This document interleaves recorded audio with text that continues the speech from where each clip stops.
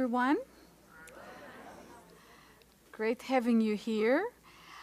As you well know, we have our wonderful Dr. Rick Hanson here tonight to talk to us about his work. He just let me know that he might take everyone through a experiential process. Is that correct? Maybe. I mean, I don't want to commit him to anything, but it looks like it might happen. So let me do, first of all, some, housekeeping things. We are videotaping the talk. We're only videotaping the speaker, so we're not videotaping you guys in the audience. I'm going to call you just Rick, if that's okay. Rick is going to also have some Q&A time. We're not going to videotape the person who's asking the question, but the voice will be, of course, recorded. And we're considering putting some, if not all of it, in terms of clips or YouTubes online. So if you want to ask a question, know that if you don't say your name, probably nobody would recognize you. But be mindful of what you're asking if you don't want to reveal information you don't want to find online. Okay? And if you don't want to be online, so you can't ask a question. This is about it. Yeah. I think, as far as organizational stuff, I think we're there. So, Dr. Rick Hanson is a neuropsychologist, and he's an author of Hardwiring Happiness, the New Brain Science of Contentment, Calm, and Confidence. That has been the trigger and the excuse for me to invite him, and to my great, great thrill, he said yes. And a book that many of you own and have read, Buddha's Brain, The Practical Neuroscience of Happiness, Love, and Wisdom. Wonderful book. The first one, I just know a little bit of it, but I'll tell you about a little bit more in a minute. And Just One Thing, Developing a Buddha Brain, One Simple Practice at a Time. And Mother Nurture, A Mother's Guide to Health in Body, Mind, and Intimate Relationships. He's the founder of Wellspring Institute for Neuroscience and Contemplative Wisdom, and he's an affiliate of the Greater Good Science Center at UC Berkeley. Some of you know about it. It's a wonderful place. He's been an invited speaker at Oxford, Stanford, and Harvard, and taught in meditation centers worldwide.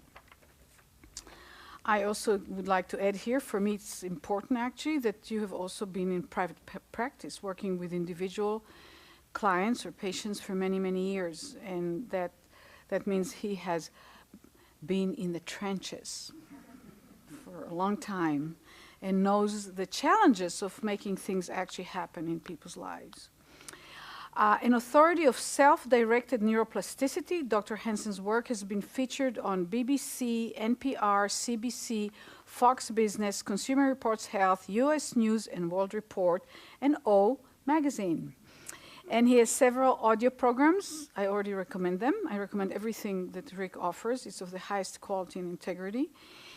And with Sounds True. He edited the Wise Brain Bulletin, and his weekly newsletter, Just One Thing, he has about 100,000 people already following him, and also appears on Huffington Post, Psychology Today, and other major websites. So just that reminds me, in the back, there's going to be a yellow pad and pens. And if you want to be on Rick's mailing list, on the desk, not right now, but at the end, just write in a very clear handwriting your email address. And he will, for those who are interested, he's going to have a PowerPoint. So if you want the slides, he will email that to you. And you can also get his newsletter. It's a great newsletter. I get it. This is how I stay in contact with him when he or I get too busy. Where am I? He's a summa or was a summa cum laude graduate of UCLA. Dr. Hanson has been a trustee of Saybrook University and served on the board of Spirit Rock Meditation Center for 9 years. You have on your card the information, the websites, and of course this card is Hardwiring Happiness. To my slight disappointment, we don't have actually copies of the book to sell yet, but you just get on this magical place called Amazon.com, and you can pre-order. And this is a very great thing because it gets you the book right away. And I think I always recommend people. My theme this week here is that books are the most cheapest, most valuable thing on the market. They cost nothing. $10, $15, $20, can't get, lunch for that in a restaurant. So I think if after Rick gives the talk, you probably will think, aside from yourself, probably another 5, 4, 10 people that you wish were here. Pre-order a book for them too. Okay, you know me. I think that's a good idea.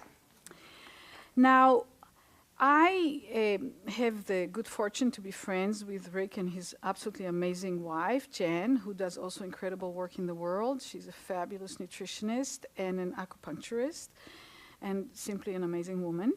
So, and I dragged her to the front because I wanted to sit next to her, and also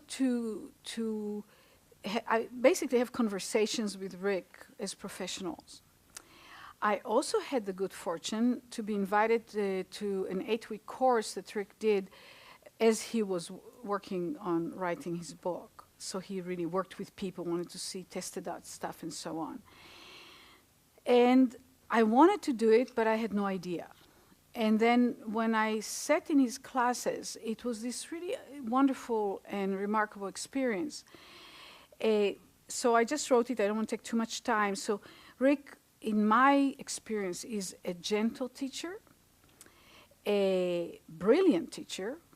He's modest. So, it's maybe not evident immediately, but it does get evident pretty quickly. He's a loving teacher and incredibly skillful. And like very, very skillful musicians, when they stand on stage and play, it looks like it's really easy. I could do it too. That's when people reach a really high level of skill. That's my experience of Rick. He is really aware of what's going on. He, I think, perceives the complexity of situations and then handles them in a way that if you don't get it, you wouldn't know that he is doing it. So it's incredibly skillful. And for me, something that those of you trained with me would imagine that's very, very important and meaningful. He is what I thought today when I knew I was going to introduce Rick. I thought, how am I going to speak to it? For me, Rick is what I would call a responsible thinker. He's brilliant, so we know that, but there are people who are brilliant and they're not necessarily responsible thinkers. So what I mean is a responsible thinker, he doesn't just say things or declare real or not real truths. He brilliantly thinks. He has this capacity to methodically, and looks to me like over time, think things through, check them against his own ideas, his own experience, other people's experience, a course, and whatever he brings into his equation. And when he offers it to us, when he's gone through whatever he goes through, it comes out in a very humane and I think a deceptively easy form. And deceptively, not deceptively that it's not easy, deceptively that behind it there's great complexity and potency. But the presentation is kind of like, oh, water, oh, okay. So, and I love our periodic breakfast conversations. I always leave feeling kind of like educated and new ideas and new things, and he suggests things to me and gives me sometimes feedback. It's very potent and always gentle, so I can always take it. So it's truly my great pleasure and honor to have Rick here give us his time and his knowledge for the next couple or so hours. Thank you, Rick. Thank you.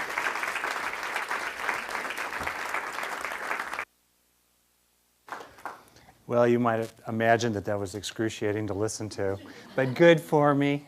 It was a beautiful gift, and I really appreciate it. You can put it on YouTube if you like. That was a great gift. We will. All right, that's right. Okay, well, let's get to it. I've got to live up to the billing, right? Ooh, the pressure mounts. So a couple of logistical details. I'll stick around afterward. I'll end really close to 8 o'clock. But if you want to talk afterward or bring up a personal situation that you wouldn't want to be broadcast to the barbarians out there or what have you, just stick around. I'll happily talk with you. The second thing is that if you want, I'll send you the slides. And as you'll see, they're really quite detailed. You're very welcome to use them however you want. Almost everything I do is freely offered. And so all I need is your email address, which I will never share with anybody ever. I'm a fan of autonomy and privacy rights. You know, fences make for good neighbors, right? And so I don't like to receive things I don't want. I don't like sending things I don't want, that people don't want to receive from me. And so if you do give me your email address so I can send you the slides, I won't, share it with anybody. And unless you say just slides, I'll automatically subscribe you to my little newsletter, which is a practice newsletter. The one that just went out was Let Things Change. Is that the Danielle method or not? Okay, all right. So the one before that was Let Go. I'm on a opening out into everything kick. The one before that was Accept Them As They Are. Easier said than done. And the one before that was Accept It, just all together. So you can see what they are. They're very short, one thing, just one thing to think about. And so unless you say just slides, I'll subscribe you to that. It's okay to say just slides. There's no bad karma in just slides. And if you already get the newsletter, you won't receive 2 copies because we'll only send one thing to one email address. Okay, that's all the logistics so far. I do hope to do some experiential things with you, right? It's a really experiential group, so let's get to it. Now, without getting whiplash, can you see the slides up there on the TV screen? Okay, so they've told me this is okay, and I won't mind if you look at the screen and I look at the back of your head. It's really okay. So, okay, great. So let's get to it. This is what I hope to, turn this on. This is what I hope to talk about if you take a look. Using the mind to change the brain, what's called sometimes self-directed neuroplasticity.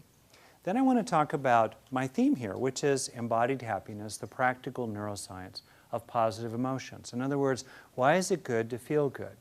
As you can see in the culture, there are these sort of ebbs and flows of interest in things like happiness or positive psychology. After a wave or so for 5 or 10 years that emphasized happiness, now we're having a counter wave, which is about the power of grumpiness, okay? And why happy people are stupid people. And so I think the truth is probably somewhere in the middle, so I'm going to explore it there. And then I'm going to go into the negativity bias of the brain. The ways in which our brain has evolved to be like Velcro for the bad, but Teflon for the good. The brain is very good at learning from bad experiences, but bad at learning from good experiences, which has profound implications for anybody who's in the learning business. Therapist, parent, I use the word business very broadly here, school teacher, Feldenkrais practitioner, Annette Danielle method person, fill in the blanks altogether. This is a fundamental problem because if we don't pay attention to the ways in which the brain actually learns, actually changes structure, we might be helping people to have useful states of mind, useful experiences with their body, useful emotional moments in their relationship. And it's nice in the moment, but it has no lasting value. It's wasted on the brain unless we help it sink in. So that's what the bulk of this presentation is about. The practical neuroscience of helping good things land and stick to our mental ribs. So then we carry them with us wherever we go. Okay? I'm going to get into the how of doing that, and I'm going to apply those general methods to some clinical situations. I'll talk about also applying it with children. How many of you have children or work with children? Okay, wow. Great, I love it. I'm a longtime child therapist. We have 2 young adult kids, and I remember my childhood very well. All right, okay. And then at the very end, I'm going to talk about, as it says up there, taking the fruit as the path. The really quite extraordinary fact that because of experience-dependent neuroplasticity, the way that our experiences can change our brains for the better, that by deliberately cultivating experiences or mental states that are in many ways the fruits of a good life, by actually having those experiences again and again and helping them sink in, we can take the fruits as a profound method that deepens those qualities inside us. And I'll talk about how that can help us come pretty far along the path to the end of the resisting, the grasping, and the clinging, the craving, broadly defined, that can lead to suffering and harm. Okay. So by the way, how's the sound? Is the volume okay? The logistics are good? Feel really free to move around, change your sight line, you know, it's all okay. I don't think there's time to take a break formally, but if you want to get up, use the bathroom, it's really cool, get some more food, come back, what have you. Okay, great. All right, ready to go? Here we go. So, using the mind to change the brain. There's a quote here from Hippocrates, going way back in the day. He says, "People ought to know that from nothing else but the brain come joys, delights, laughter, and sports, and sorrows, griefs, despondency, and lamentations." Those old Greeks, you know, they really had a way with words. So the idea here is the brain. So here's the brain. There's a picture of a brain. It's a real brain, no longer alive. It's about 3 pounds worth of tofu-like tissue, roughly 5 cups or about 1,300 cubic centimeters in volume, and yet it's considered to be this pretty, you know, unimpressive object. Looks to me kind of like a slowly rotting cauliflower. You know, that's how I visualize the brain. It's considered by scientists to be literally the most complex physical object known in the universe. It has about 1.1 trillion cells in it. 10% or so, 100 billion or so are neurons. A typical neuron makes about 5,000 connections with other neurons, giving us a network with roughly 500 trillion little nodes in it, little synapses, right? And those synapses are busy. Neurons typically fire 5 to 50 times a second, sometimes more slowly, sometimes more rapidly. And even though a fair amount of that firing is noise, right, still, there are a lot of signals moving through that neural net. During the duration of a single breath, probably about a quadrillion bits of information moved around inside your head. Wow. Most of which are happening completely outside of awareness. All right? So why should we know about the brain? What's the use of knowing about the brain? Mental activity entails underlying neural activity. Mental activity in a neuroscientific frame, a naturalist frame, not a supernatural frame or a transcendental frame. And I personally think there is stuff out there that's, you know, wilder than is dreamt of in all our philosophies, right? As Hamlet said to Horatio. Nonetheless, I'm going to stay inside the natural frame. Inside the natural frame, the nervous system is considered to be an information processing organ. That's its function. So we have a material substrate that moves immaterial, intangible, not physical, information around. That's the hardest thing to understand in my whole presentation. If we get past this one, we're really good to go. And you know what's even better? You don't have to understand it. I don't even fully understand it. Nobody really does. It's the idea that, you know, if you go through a traffic light, right, red, yellow, green, the red, yellow, green is material, especially in the sense that E equals mc squared, right? Energy and matter are part of materiality, all right? The green, yellow, red, or red, yellow, green, rather, top down, is material. But the meaning of red, it's not physical, is it? You can't weigh it, you can't touch it, you can't poke it, right? You can't eat it, you can't breathe it. It's not physical. It exists. Information exists in some sense, but it's different from matter. A computer, hard drive, it's material, it's physical, but it represents non-physical signals, instructions, and so forth. Okay? Most of the information moving through the nervous system is unconscious. A tiny fraction of it is what we see, what we hear, what we feel, what we hope, what we suffer, what we dream, what we love. Right? That's a tiny fraction. It's still a profound mystery. It's the so-called hard problem in neuropsychology. How does the meat make the mind, including what is called the so-called qualia of the color red? In other words, how does this physical system produce a conscious experience? That's still a great mystery. But the correlations between mental activity, including the flows of our own experience, the correlations between mental activity and underlying neural activity are incredibly well established in both human and animal research. Okay? So mental activity, in the way that I'm using the word in the natural frame, okay, mental activity requires, it entails underlying neural activity. That's kind of step one. And I'll give you a couple of images of that. The first is consciousness itself. For us to be aware, to wake up from sleep, or to come to after anesthesia, or come to after a head injury, right? Different parts of the brain, different underlying neural processes have to occur for us to be awake or conscious at all. Or for a squirrel, or our pet cat, or a lizard, or the goldfish in our pond in the backyard. You know, when I come over, they know the ritual. It's as if I am a demigod to them. I feed them. They love me. Actually, I have no idea if they really love me, but they're aware of me, right? Because they come when I approach the pond, right? That awareness is supported by some kind of underlying physical substrate, right? Here's another example up there. These are college sophomores, of course, the great guinea pigs of modern psychology. And this is a composite of an MRI shot that's a slice of the brain like this. And these are college students who are head over heels in love, young men and young women, who've just been shown a picture of their sweetheart. And that red little blob right there, good, my little pointer does work, that orangey blob just marks the caudate nucleus, a part of the brain that's involved in experiences of reward. It also lights up when people take cocaine, or win the lottery, or have a profound spiritual experience of union with the divine.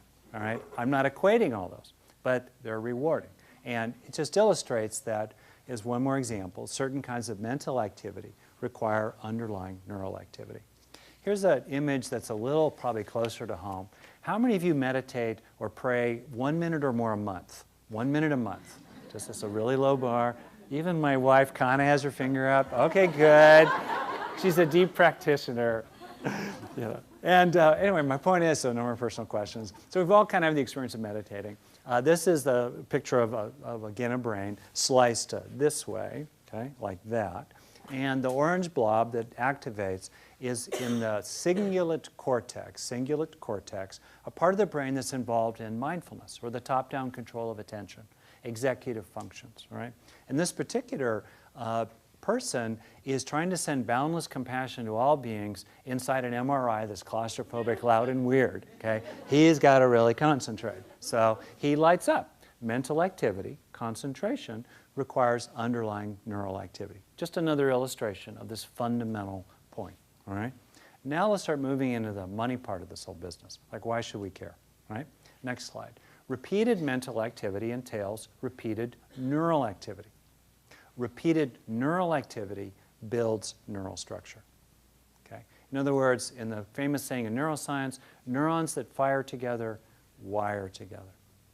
Okay? I swear I'm going to do like a rap song about that someday, but people pay me not to sing, so it's all good, no worries. In other words, we're talking about learning and memory. How do we learn? What my talk tonight is about is how to turbocharge emotional learning, you know, sensory learning, attitudinal learning, motivational learning, you know, how to help ourselves choose the high road rather than the low road as a kind of learning. The learning of confidence, the learning of the experience of feeling loved, the learning of becoming even more compassionate toward others, more patient even toward them. All right, that's the kind of learning we're talking about here. How to do it well. It really helps to appreciate that there are two kinds of learning. There are two, which means in science, in psychology and neuropsychology and neuroscience, learning means changing brain structure. Okay? It's been understood for well over a century, if not longer, going all the way back to Hippocrates, that if there's any kind of learning, something had to change in the brain, inside the natural frame. Otherwise, how did we learn? The breaking news of the last decade or two is the mechanisms of that process and how to use them in increasingly skillful ways. Okay? So if you think about learning, there's explicit learning, it's called that, where we recall specific events or we learn about, that's declarative knowledge. The other kind of learning is actually much more important. It's implicit memory, not explicit memory, but implicit memory. knowledge how to, not about, but how to. Knowledge of procedures, it's called procedural knowledge. Emotional attitudes. How many of you are psychotherapists, by any chance? Okay, fraction. So it's object relations or relationship paradigms, models of relationship. That also goes into implicit memory. Assumptions, expectations, and the inner atmosphere, the mood inside the mind. That's in implicit memory. So it becomes very important to think about, okay, how can we change implicit memory, motor memory? Including very subtle patterns of posture or gesture or stance. That's all in the territory of implicit memory. Right? If you think about it, we're in the implicit memory profession. I'm a longtime therapist, teacher, writer, and that's my job. I'm in the business of changing brain structure in terms of implicit memory, and I think most of you are as well. All right? So by the way, I'll get through a few more things, and then I'll just kind of open it up for discussion, and then we'll start sliding into something pretty experiential. Okay? So as an image of this, this is a slide that's taken from a study on meditators done out of Harvard by Sarah Lazar and colleagues. And they compared longtime meditators to non-meditators who were matched in terms of age and education, socioeconomic status, and so forth. All right? And what they found is that the brains, the cortex, the outer layer of the brain, which comes from the root word bark, the outer layer of the brain, the cortex of longtime meditators, far from perfect meditators, right? Meditators kind of like us. 40 minutes today, 5 minutes tomorrow, guilty conscience, 20 minutes the day after, skip a day, really guilty conscience, 45 minutes the day after that, and so forth. Okay. So still, their brains were measurably thicker compared to those of non-meditators in 3 key regions. One, up there, the insula, which is a part of the brain on the inside of the temporal lobes that we use to tune into ourselves. That makes sense. If you lift if you work a muscle repeatedly, it'll get bigger, right? So what do we do when we meditate? We tune into ourselves. Interestingly, the insula is also involved in empathy for the feelings of others. So by tuning into our own bodies repeatedly, and these are mindfulness meditators typically doing mindfulness of the breath, mindfulness of the interior, if we tune into ourselves repeatedly, and studies back this up as well, we naturally become more empathic for the emotions of other people. Right? So that's one area where, literally, in some sense, the meditators had bigger brains, in the sense that I'm using here, thicker cortex. The second region were areas in the front of the brain, the executive systems in the front, because what you do when you meditate is you regulate your attention and you regulate your impulses. And studies do show that as people practice some kind of contemplative practice, whatever it is, prayer, meditation, whatever their chosen form of meditation is, they actually develop more executive functions. They become better at regulating themselves, including managing their emotions and their impulses. The third region up there was at the very tip-top, somatosensory cortex. They were tuning into their bodies. They got a little benefit there. The other thing to see, if you don't mind twisting your head, is the scatter plot on the right on the bottom. And here's the kind of the bottom line takeaway of that. Normally we lose about 10,000 brain cells a day. That's a lot. But if you start with 1.1 trillion and you also grow 2 to 3, about 700 a day in what's called neurogenesis, the net of it is we've usually lost several percent by our 80th birthday. That is what's called normal cortical thinning, which is associated with normal cognitive decline due to aging. Not dementia, not Alzheimer's, but walking into a room and going, why did I walk into the room? You got to go back to the original room. Oh yeah, that's what it was. It was this thing, okay, in this room. I don't know anybody else besides me, but okay, word finding, whatever. All right, check it out. So you could see that the blue circle people were the meditators.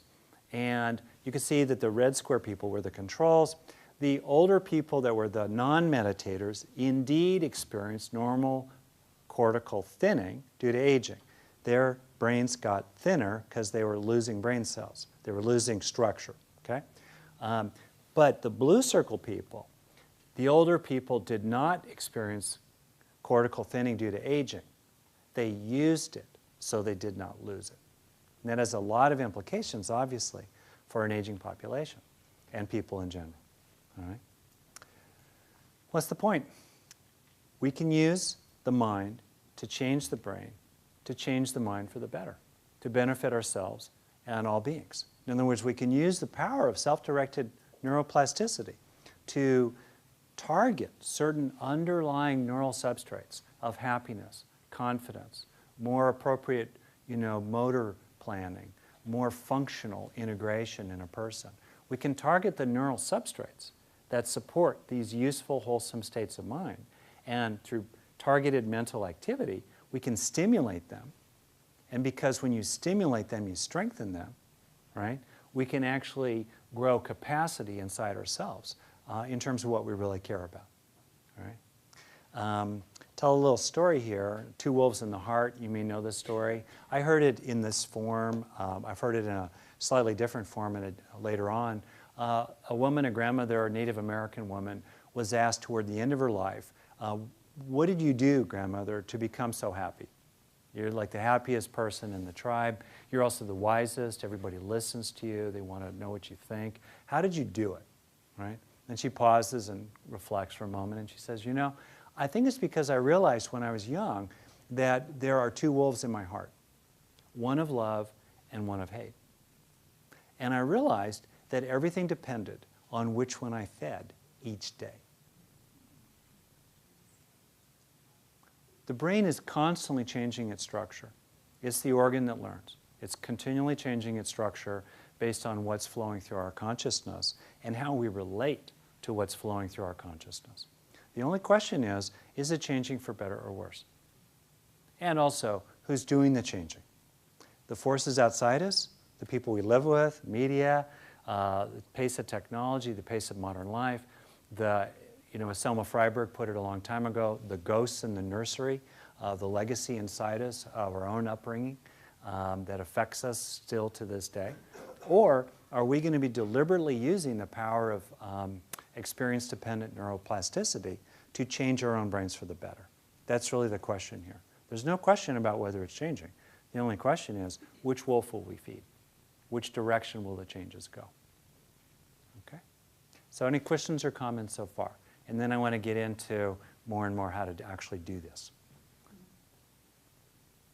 It's okay so far? Basic idea? Okay? All right. Well, let's keep going. All right? Now I want to talk about the good news. Then I'll do the bad news. Why is it good to take in the good? Or why is it good to feel good? All right? It's interesting that if Merck or Pfizer could patent the proven in hardcore research benefits of positive emotions, we'd be seeing ads for happiness all day long in primetime TV, all right? Because positive emotions, for one, emotions organize the brain as a whole. They're very interesting. Emotions, as you know, are a more or less recent evolutionary breakthrough. Reptiles are capable of very, very rudimentary emotions, especially more advanced reptiles. They have the hardware that can do basic fear and basic rage and basic lust. But it's pretty basic, trust me. If you have like a snake or my goldfish, right? They're not very friendly, really. I'm just a food source and all that. Mammals, a couple 100 million years ago, started evolving emotions. And among other things that emotions do is they organize us as a whole. That means that our negative emotions organize the brain as a whole in problematic ways, whereas positive emotions organize the brain as a whole in good ways. And you can see the list up there. I'll just kind of go through some of the highlights. Let's see, they promote what's called approach orientation, going out and exploring rather than hunkering down and feeling scared. We can try new things. We can have an opportunity focus.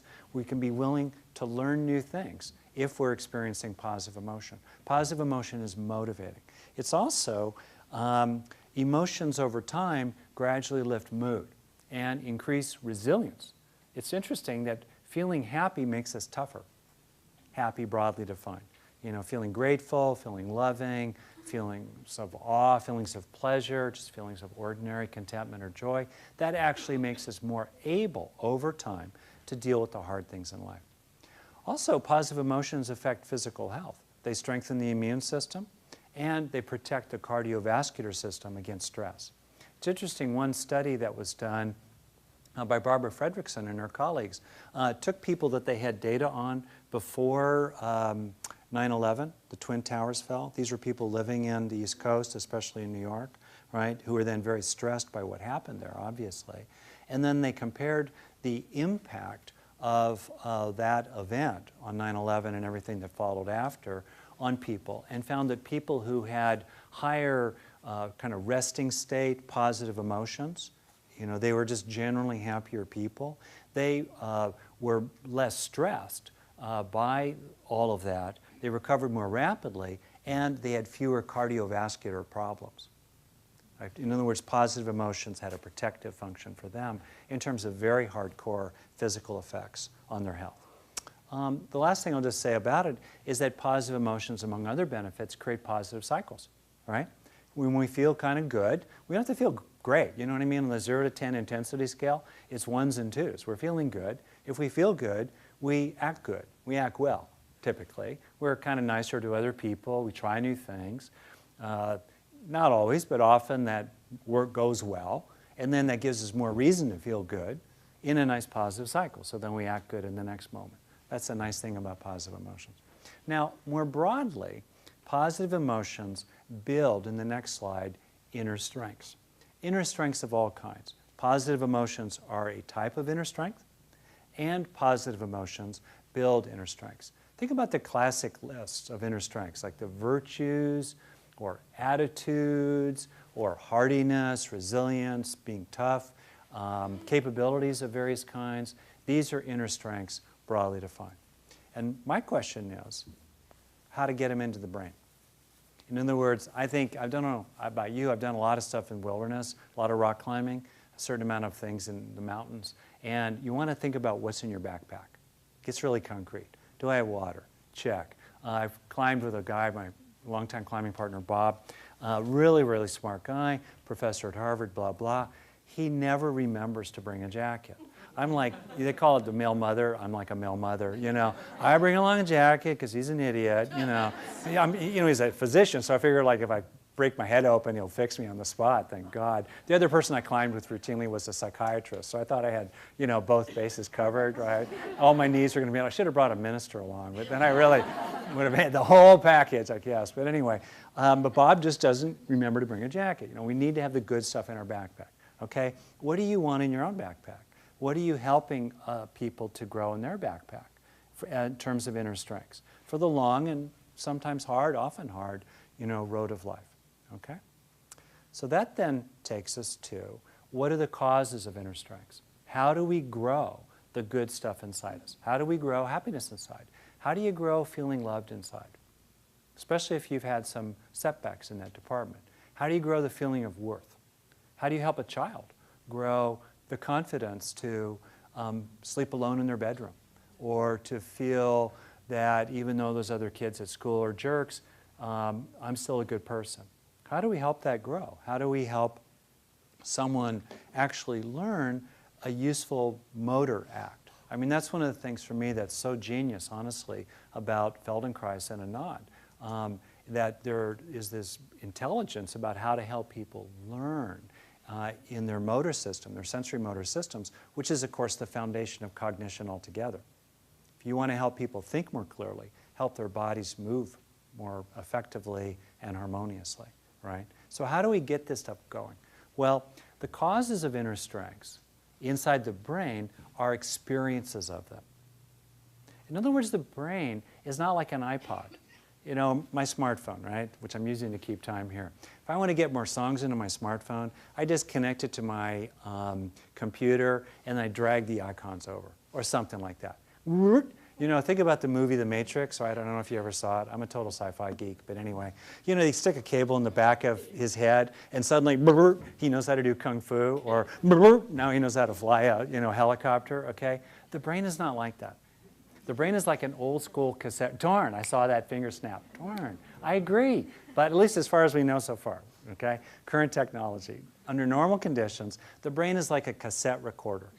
It's like an old school, or currently a DVR, or VCR. You record the song by playing it. You gotta play the song. You have to have the experience of the inner strength to record it in the brain. That's a fundamental point, right? How do we get the inner strengths in us? We need to have experiences of them or their related factors. For example, in a sec, yeah, if you want to, for example, feel more compassionate to others, have repeated experiences of compassion. If you want to feel more determined or stronger or more assertive, you got a boss who's kind of pushy, a partner who's kind of pushy, a teenager who's kind of pushy, fill in the blank, right? If you want to feel more assertive, have multiple experiences of determination, of will, of a muscularity, of getting through tough times, right? If you want to feel more, loved or worthy inside, have more experiences of feeling included or seen or appreciated or liked or even loved, right? We get these inner strengths broadly defined, the learning that we really want, we get it by growing it, and we grow it by having experiences of it. But there is a problem. Okay. Yeah. Which I'll get to in a second. Yeah, you want to make a comment there? Thanks. Or a question or something? Well, I didn't know you had a microphone handy. Yeah. It makes me think of then how do you delete a song? Right, right. I mean, do you record over it or do you actually delete the memory? Yeah, well, so just to repeat it as also, how do you delete the bad songs, right? In a sense, it's like a jukebox. The brain's like a jukebox. I'm dating myself, obviously, but I think we all know what a jukebox is. And the question is, what are the bad songs, as it were? And I'm using the word bad and good and negative and positive, not moralistically, but pragmatically. For me, good is that which leads to happiness and welfare for ourselves and often others, and bad or negative is what leads to suffering and harm for ourselves and often for others. Okay? Most pragmatically positive experiences feel pleasant, which is really interesting. On the other hand, there are some pragmatically positive experiences that feel unpleasant, like healthy remorse, right? Or the disenchantment when you realize you're in a relationship with someone and it's just not going to get you what you need, right? It's like trying to get water from a stone, or it's trying to go down a tunnel with no cheese, or it's like being with a dog who won't hunt, or it's like sending a duck to eagle school. All right, that's all I've got. But anyway, you know what I mean? Like that's sorrowful, it's disenchantment, yuck, but it's an important experience to have. And there's some pragmatically negative experiences that feel pleasant, right? There is that kind of release and just dumping anger out on the space. But on the whole, most pragmatically positive experiences actually feel pleasant. So then the question becomes how to pull the plug on the negative ones. And I'm actually going to talk about that real soon, and actually how to do that, because that's a real interest, of course.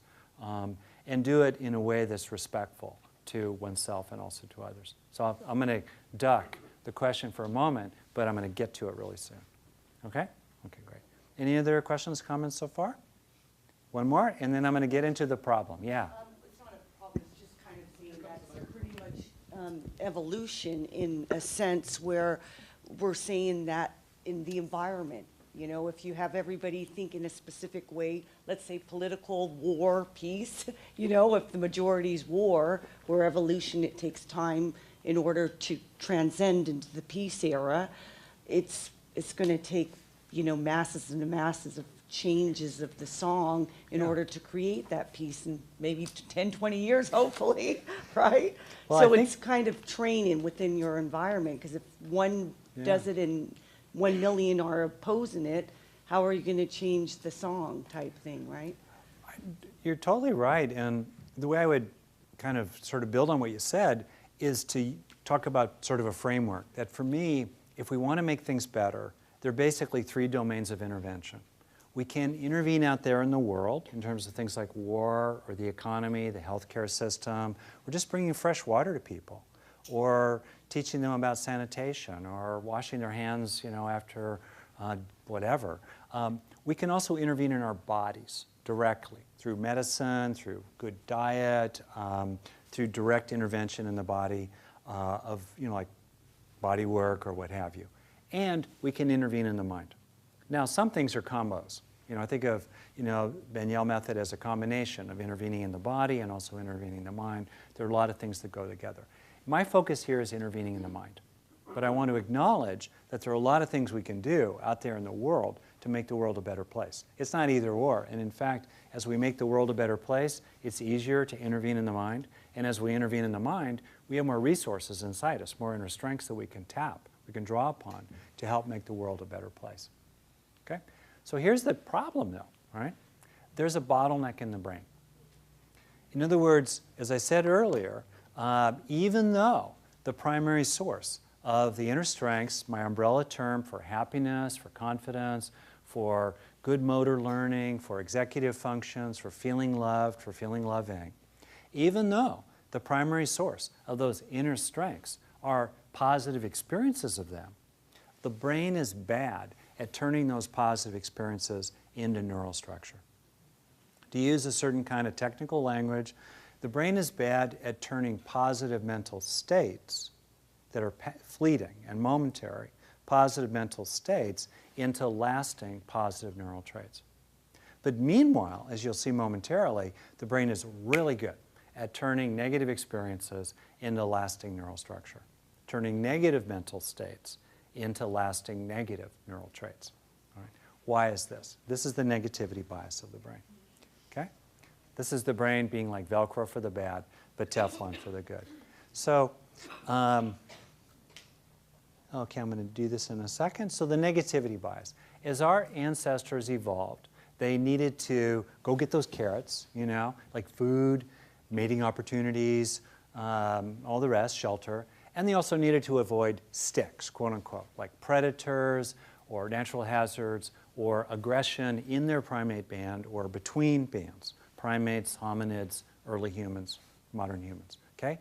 What's the difference between carrots and sticks? If you fail to get that carrot today, you'll have a chance at one tomorrow. If you fail to avoid that stick today, no more carrots forever. Sticks are more consequential in terms of raw survival, usually more consequential in terms of raw survival and passing on genes, which is the fundamental engine of biological evolution, okay? What are called reproductive advantages. I've thought about using that phrase with my wife, but I've known that it would not go well. Okay, anyway, so my point is, she's corroborating that. Anyway, so from that standpoint, sticks have more urgency and impact. You know, and there are many, many, many, many examples of the negativity bias. For example, you're in a relationship with someone, 10 things happen, 4 are pleasant, 4 are neutral, 2 are negative. Which are the ones you're going to think about? Yeah. Studies on relationships show that a good long-term relationship needs at least a 5-to-1 ratio of positive to negative interactions. That's a cautionary tale from the perspective of the other person. Ah, you know, think about that. So, in other words, in effect, one negative interaction is as powerful as 5 positive ones. Or the research on learned helplessness. It's painfully, poignantly, tragically easy to train people in a sense of futility, entrapment, and defeat. And they usually need many times as many counterexamples, twice as many, 5 times as many, 10 times as many counterexamples to start restoring a sense of agency or efficacy, or basically being a hammer instead of a nail. Right? That's another example of the negativity bias. Negative information about somebody is more memorable than positive information, which is a major reason why so much political advertising is negative, because it's much more memorable and consequential. Okay? Or as you can see in the image here, as I've said, the brain is like Velcro for the bad and Teflon for the good. That has a lot of consequences. When most of our ancestors died young, right, in hunter-gatherer bands, including modern hunter-gatherer bands, you know, 5 out of 6 children, 5 out of 6 babies are no longer alive by their 6th birthday. Only 1 in 6, on average, lives to his or her 6th birthday. Okay? You know, under tough conditions, where being 40 was ancient. I think about all the little things that have happened for me along the way that could have taken me out well before now. You know, a double hernia when I was 16. I'm quite nearsighted. I wear contact lenses. Just an abscess, a bad toothache will kill people. You know, blood poisoning going in, you know, into the brain fairly rapidly. In that context, it made sense in terms of passing on genes to pay a price, to make an exchange, a trade-off, to have short-term benefits from the negativity bias with long-term costs that didn't matter because people were usually dead by their 30th or certainly their 40th birthday. But these days, when we're interested in living long, living healthy lives, my dad's 94, almost 95. He's got his mind fully intact. He's healthy and spry. He's got a full head of hair. He's really a catch. I'm not going to tell you where he lives. All right? Anyway, he no longer has a girlfriend, you know. She couldn't keep up with him. So she was just 80 and she just couldn't hang with a 94-year-old. So anyway, we want to live well, right? Okay, how do we want to live? Plus we want to not get caught up in negativity because it's very, very, very, very consequential for us. I think what I'm going to do, because you already know this stuff about the health consequences, mental and physical, of chronic stress, I'm going to bounce ahead so we can kind of get into some practices. Here's the bottom line image. I'm really, come on. There we go. Happy about this image because our daughter made it. All right? We've got Stone Age brains living in the 21st century. And hey, there's a lot about the 21st century that's great for the Stone Age brains. Refrigeration, pain control, flush toilets, ESPN, right? What's not to like? On the other hand, you know, Mother Nature's plan is for our animals like us to mostly be chill. Like imagine, visualize zebras. Zebras in Africa, herd of zebras. They're just kind of hanging out. They're looking over their shoulder, but they're just sort of hanging out. They're chill. They're in the green zone, as it were. And then suddenly, kaboom, a pride of lions attacks. Right? And those zebras have a burst of red zone stress, a spike, if you will. Red zone stress, and that, as Robert Sapolsky talks about it in his great book, Why Zebras Don't Get Ulcers, most episodes of red zone stress in the wild end quickly, one way or another. All right? And so then they're back to just kind of grazing, chilling out back in the green zone. Okay? Most of us today don't have to run in screaming terror from a charging lion. Right? We don't have, tragically, some people are exposed to that level of stress. It's really poignant. But most people live in a realm of mild to moderate stress. The problem is we live in chronic mild to moderate stress with very little recovery between these little bursts of stress, juggling emails, multitasking, running around, raising children when the village it takes to raise a child actually looks more like a ghost town in so many places these days, right? Hassling with other people. The same machinery, the same neural and hormonal machinery that evolved to get us away from those charging lions is locked and loaded today when we're stuck in traffic late for a meeting, right? Or we're dealing with someone who's giving us that look across a dinner table. Ready for the teenage look? You know, the same system activates. Ba-boom, we're back in the red zone, you know? So it's, the modern life is basically the way so many of us live in chronic, mild to moderate red zone stress is absolutely against the blueprint that Mother Nature has endowed us with, and it has lots of consequences. What can we do about it, right? We can use the mind to change the brain, to change the mind for the better. We can install shock absorbers inside us, so we're less rattled by events. Life is challenging, but we don't need to be so reactive to it. Things can happen, but by building up inner strengths over time, it's in a sense like deepening the keel of a sailboat. You know, having sailed a boat in this class I took that had no keel, and I capsized the boat. And one of the lessons there is fasten your life jacket before you're swimming or dumped in the Pacific Ocean. But anyway, all right, so a sailboat with no keel, you got to be really careful when you sail it, and it's kind of hard to sail when things are intense. But if you have a deep keel in your boat, you can go out in the deep waters of life and have some fun out there and also create good things with other people. And even if you get banged hard, you're going to recover a lot more quickly if you've internalized again and again and again by using your mind to change your brain, to change your mind for the better. You've internalized again and again the neural substrates of inner strengths. So now, how to do that. And that's what my bit here is about. Okay, any questions or comments so far? And I'm so happy about time. We have plenty of time. Okay. Yeah, all the way in the back. Please, you're willing to talk into the mic just for people seeing the recording. Thanks a lot for putting up with this. It's like an ice cream cone. Just a quick question. I'm always curious about optimism versus pessimism. Is it genetic? Is it learned experience? Where does that fit into changing our brain? Yeah. Okay, so first of all, you're right. People do vary temperamentally in whether they tend to be optimistic or pessimistic. and also whether they tend to react more intensely to pleasant experiences or to unpleasant ones. We want to be able to do both, but people as a kind of disposition tend to lean one way or the other, and then life happens.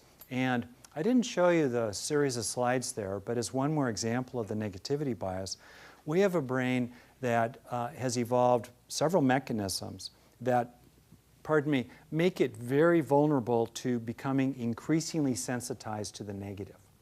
In other words, if it starts out as the default, like Velcro for the negative, but basically Teflon for the positive, if people have repeated stressful experiences which release cortisol, that over time makes their brain like super Velcro for the negative and Teflon for the positive. That's because cortisol, stress hormone, sensitizes the alarm bell of the brain, the amygdala, and cortisol overstimulates and gradually kills neurons in the hippocampus, another part of the brain next to the amygdala that puts things in context, and the hippocampus calms down the alarm bell. And the hippocampus tells the hypothalamus, another part of the brain, to quit calling for stress hormones. You see the effect. Stress today makes our alarm bell more sensitive and louder, and stress today makes the brakes on our alarm bell and the brakes on other sources of stress hormones weaker, which makes us more reactive and stress responsive the day after, which makes us really vulnerable to stress the day after that in a vicious cycle. And as another illustration of the negativity bias, there's no comparable mechanism that can gradually sensitize the brain to positive experiences. It does look like, as we'll get into shortly, that if people routinely take in the good, if they repeatedly really register and install in themselves positive experiences, emotionally positive experiences, that you can make your brain stickier and stickier for the positive. But it's a fairly subtle process. It's hopeful, it's progressive, but it's nowhere as powerful as the way in which the brain is very vulnerable to being changed by negative experiences. One of my own takeaways from going into this material for the last 10 years or so, pretty deeply, is I'm a lot more careful about what I just indulge in my mind. I'm going to talk about momentarily appropriate ways of handling negative experiences where we don't go negative on negative, because then you just have more negative. But on the other hand, think about the amount of time we just indulge negative experiences. We ruminate about stuff unproductively. As Tsoknyi Rinpoche, a Tibetan Buddhist teacher, says, think the same thought over and over, no worries. But 10 is enough, right? In other words, we just keep going. Or we work that grumbling case about other people. Oh, they did me wrong. Oh, I'm so resentful. They're so stupid. That's negative. We're just kind of marinating in the negative, right? Or we beat ourselves up. I'm a lot more careful now about what is muttering away in the back of my mind, because neurons that fire together wire together. And my brain, like everybody's brain, is particularly spongy. It's particularly absorbent for negative experiences. Right? So what to do about that? Yeah, and then I want to slide into the how-to. So I'll take 2 more questions right here, if it's okay, and then we can get into the how-to. So thanks for sliding by and running the mic. Okay, great. Yeah, please. Yes, I have 2 questions. First is in the research that you show what kind of meditation that you are focusing on. And the second is a lot of people would like to do the meditation, but they might have a lot of anxiety or overwhelming, or Yeah. So is it a period of they just listen to some kind of music and make them calm? Will they count on that the stage of meditation that can help change in something in the brain? Okay, good. Thank you. So first point is that meditation, which I'm a fan of, I think meditation is to the brain and the mind what aerobic exercise is to physical health. It's a broad, general purpose, highly beneficial practice for most people. There are some people who, when they meditate for various reasons, it's actually not that good for them. They tend to be more vulnerable, but for most people they can do it. And meditation is just one of the many ways to change the brain. Those of you that are already trained by Anat or in this process of being trained by her are changing the brains of people. Or if you go through the process yourself, your own brain is changing.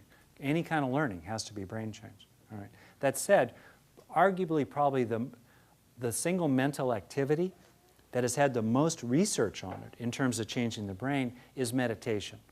That's the case for multiple reasons, including the fact that a lot of early scientists wanted to debunk it, while others who are more involved in transcendental meditation wanted to support it being good. Okay, so I just want to put meditation in context.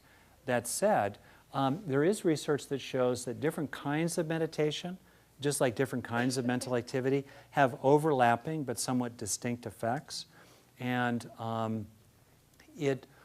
for example, people who do meditations that are very involved in loving kindness or warm-heartedness or compassion, they tend to build up more of the neural circuits that are emotional and inclined to help. People who, on the other hand, focus more on really concentrating, let's say on the sensations of breathing at the upper lip or a single mantra, they develop more of the executive functions or networks in the brain that are involved in top-down control. It's all good, and often in a person's life, they mix the meditations together, or they do one for a while and they kind of shift increasingly to the other. All right? And there are other examples of this kind of thing in terms of the specifics about it. For many people, I think that if you think about natural temperament, we evolved neurological diversity, temperamental diversity. Think about, anxious, rigid turtles at one end and spirited ADHD-type jackrabbits at the other, with a lot of tweeners in between. Bands that had a diversity of temperament could outcompete bands that were just turtles, just jackrabbits, or just tweeners, right? Isn't that kind of cool? And that's, for me, I don't think of ADHD, by the way, as a disorder. I think it's a fantastic adaptation to have somebody in your tribe, or a few people in your tribe, who are kind of always scanning and quickly bored and high energy and what up, As well as you want to have people that are like, in modern society, future accountants, very careful, cautious. We need the tribe needs all types. So if you think about that for meditation, most contemplative practices, most meditative practices have been developed by people who are temperamentally turtles to train people in becoming even better turtles in turtle pen monasteries, right? But what do you do in modern life when we got a lot of jackrabbits we want to include, plus we have a very jackrabbity culture. So I think it's important to be willing to adapt your methods, to meditate for shorter periods, or meditate in ways that are more stimulating, like by walking, or by focusing on loving kindness, that's going to be more stimulating, or the breath in the whole body, not just in one place, or meditating on the feeling of pleasure in the body, or bliss, or joy. These are perfectly appropriate things to do. Or, as you said, use resources like music or other sorts of things to kind of draw you into the zone. Maybe do a little yoga before you meditate, or meditate while you do yoga. My bottom line is what works. My own background, I'm pretty aware of many of the world's contemplative traditions, but the one I'm most aware of is Buddhism. I'm most trained in that, especially the early teachings of the Buddha himself. And it's interesting that he offered literally many dozens of meditative practices. If there was just one for everybody, he would have stuck with that. But no, many people need different things at different times. And I'm a fan, bottom line, of what works. The most important exercise to do? It's the one you'll actually do. You want to know the best meditative practice? It's the one you'll actually do, right? You know what I mean? And stick with. Okay, that's my thing. All right, next person, and then I'll move on to how to actually do this, how to get the good stuff to sink in. Yes, I'm wondering how you might change a brain's negative belief when it's attached to a strong belief system, like somebody who's afraid of going to hell or something of that nature, where you have to get into the actual belief. I don't know. Right, that's a great question. Let me do that question or respond to it in the context of a kind of a framework I'm going to use here. And it'll give us a way to walk through it, all right? So if you could, I'm going to move along here. The point being that just because of the brain's negativity bias and the fact that it's not that good at turning positive mental states into lasting neural traits, it means that just having positive experiences is not enough. This is an incredibly important point. It's humbling for me as a longtime therapist, parent, teacher, whatever. Just having a useful experience is not enough unless we help it sink into the brain. And this is the fundamental weakness in psychotherapy, all kinds of body trainings, mindfulness trainings, meditation trainings, addiction recovery experiences, corporate you know, stress management trainings, character education for children, whatever, we have assumed we're very good in the mental health fields, broadly defined, at activating useful mental states. But there's just been this kind of assumption, like throwing mud on the wall, that it will somehow stick, right? But actually, tons and tons of research shows that unless we stay with this positive experience long enough, and long enough varies from person to person, 5, 10, 20 seconds in a row, unless we stay with it long enough, it won't transfer out of short-term memory buffers into long-term storage. It gets dislodged by the next experience, the next neutral or even positive experience. It's nice to have one positive experience after another, right? But when the parade is over, when the supply dries up, it can start to feel like you're running on empty because we haven't taken it in. We haven't internalized it in ourselves.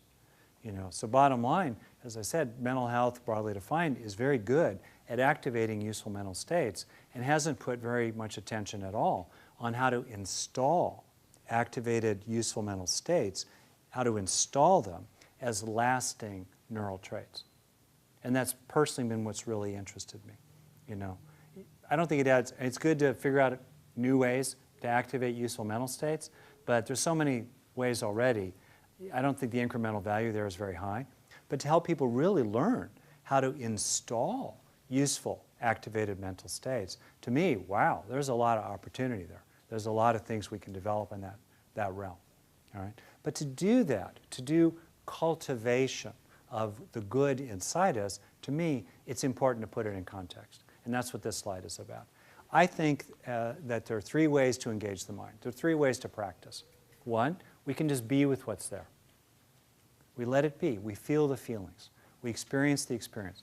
Like in your example now, the negative thought, okay, we observe the negative thought. We try to hold it in a big space of mindfulness. We try to step back from it, disidentify from it, get out of the movie, and then get back 20 rows looking at it going, whoa, that's intense, all right? We let it be. We don't try to influence it in any way. We just observe it. We witness it. It's sometimes called choiceless awareness or bare witnessing, okay? That's a profoundly important and powerful way to practice with the mind. But it's not the only way. Another way to practice with the mind is to reduce what's negative, to release tension in the body, to let things go, to try to help exaggerated or catastrophizing or overly generalizing or overly negative thoughts, beliefs, to help them kind of move along, right?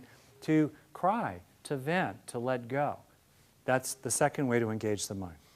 And the third way is to grow good things, to cultivate wholesome qualities, to cultivate loving kindness, to cultivate mindfulness, to cultivate determination, moral inclinations, to cultivate our sobriety, right?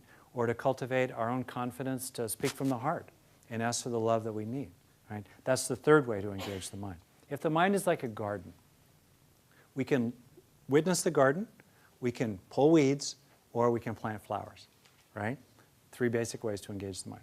They're all important. So let's walk through this example kind of quickly here, all right? So in the first case, let's suppose someone is realizing that they've got this belief that, fill in the blank, that they won't be loved, or they're kind of dumb, or they're not worth very much, okay?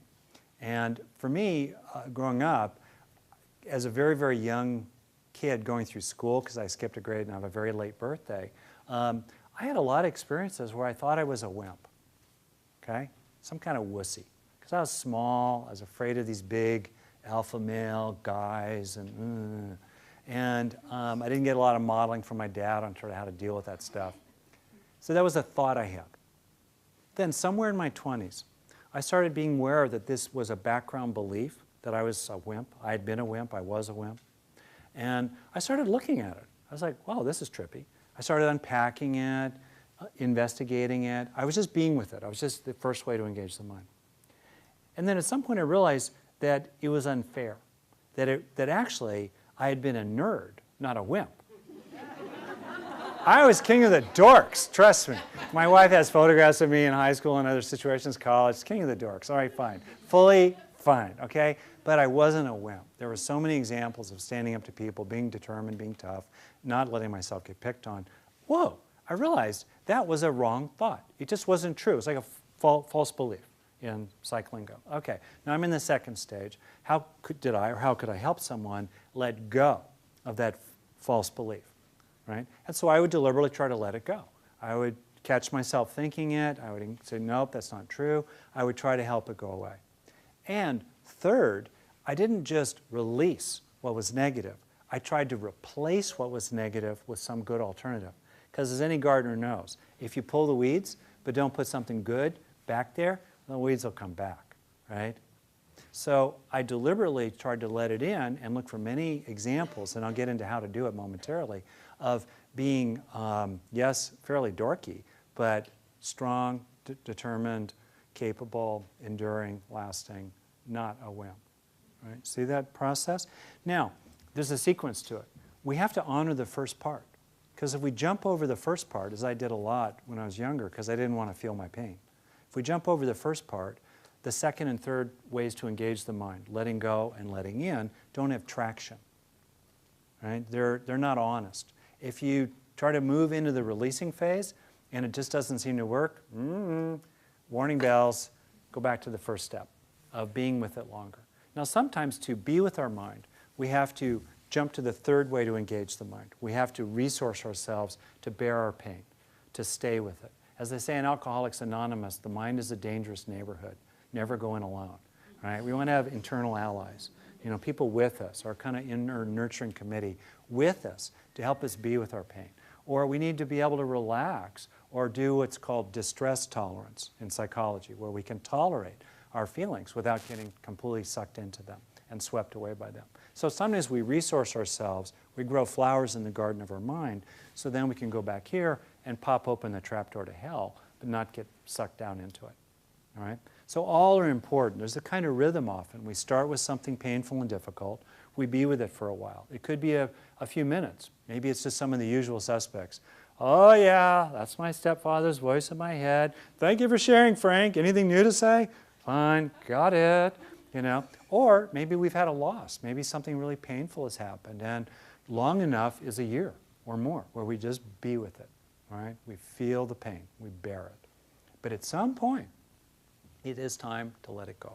It's time to kind of move on, to help it release, and then hopefully replace it with some positive alternative. So that's what I want to talk about now. Okay? All right. So even the monks, as you'll see in the slide right there, in the Buddhist tradition that are very focused on being with the mind as a very, very important aspect of practice, even they, look up there, that word cultivation, are interested in cultivation. All right? So how do we cultivate? How do we grow flowers in the garden of the mind, given the brain's negativity bias and given the ways in which neural structure is grown? This is where I've come up with this acronym HEAL, H-E-A-L.